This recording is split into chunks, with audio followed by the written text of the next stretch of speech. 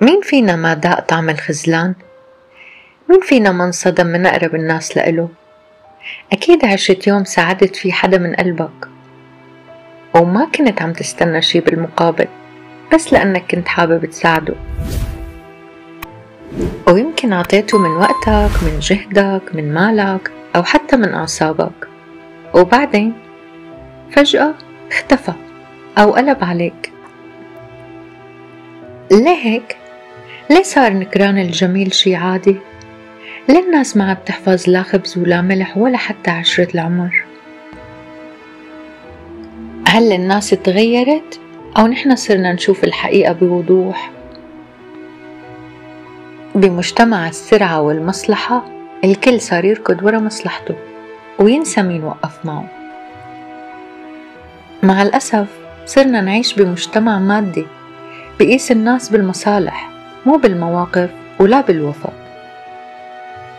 في ناس بتشوف المعروف حق مو فضل، ومع غياب التربية اللي بتعلم نقول كلمة شكرا النتيجة صارت النكران.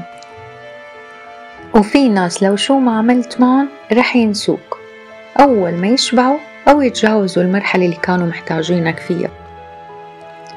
مثلا بتساعد حدا يتوظف، ينجح، يتزوج، وبعد فترة بينساك.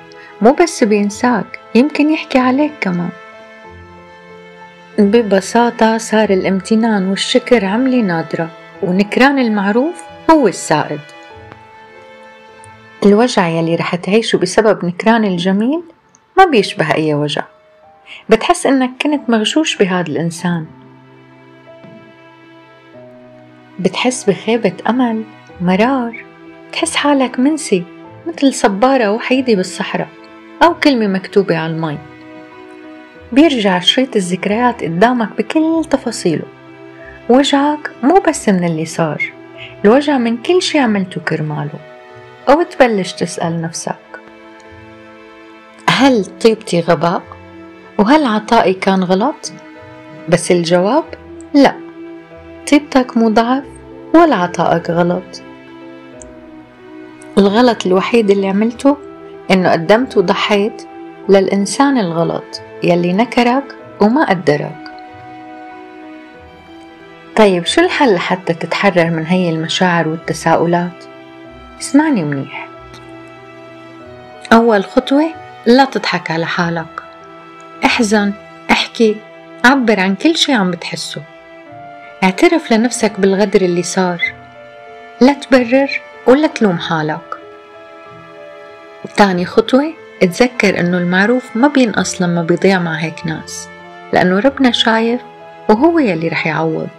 والخطوة الثالثة والأهم، لا تسمح لحدا يطفي نورك. حاول تسامح، مو لأنهم بيستحقوا، بس مشان أنت ترتاح.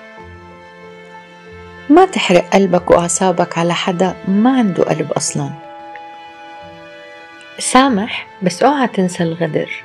خليك واعي، حط حدود، واعمل دايت عاطفي. يعني نظف حياتك من كل شخص سلبك طاقة إيجابية وتضحيات، واستمر بس مع الناس اللي بتعطيك حب وأمان. يعني ركز بس على الناس اللي بتحبك وبتستاهلك. بعرف إنك موجوع، ويمكن بعدك مو مصدق كيف الإنسان اللي ساعدته كان أول واحد طعنك.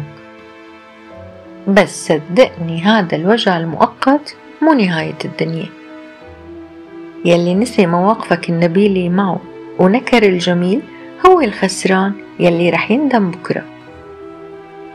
بس أنت لا تتطلع لوراك، خلي نظرك لقدام على اللي جاي، واستنى لتشوف الزمن كيف رح يجيب لك حقك. ربنا ما بيضيع عنده أي عمل خير، حتى لو كل البشر نسيوه رب الخير ما بينسى. لا تغير طيبتك لأنها مو ضعف، بس غير مين بيستحقها. ريح قلبك، خليك أصيل، رافع راسك، وكمل طريقك.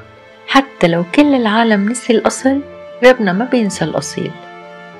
يمكن اليوم حاسس بوجع، بس بكرة رح تبتسم ورح تعرف إنك صرت أقوى، أوعى، وقلبك أنضج.